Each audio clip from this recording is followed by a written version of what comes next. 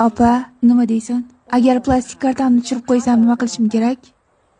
Agar plastik kartangni tushirgan bo'lsang, bankka borib qayta tiklatishing kerak. Nega shunchaki egilib olsam bo'lmaydimi?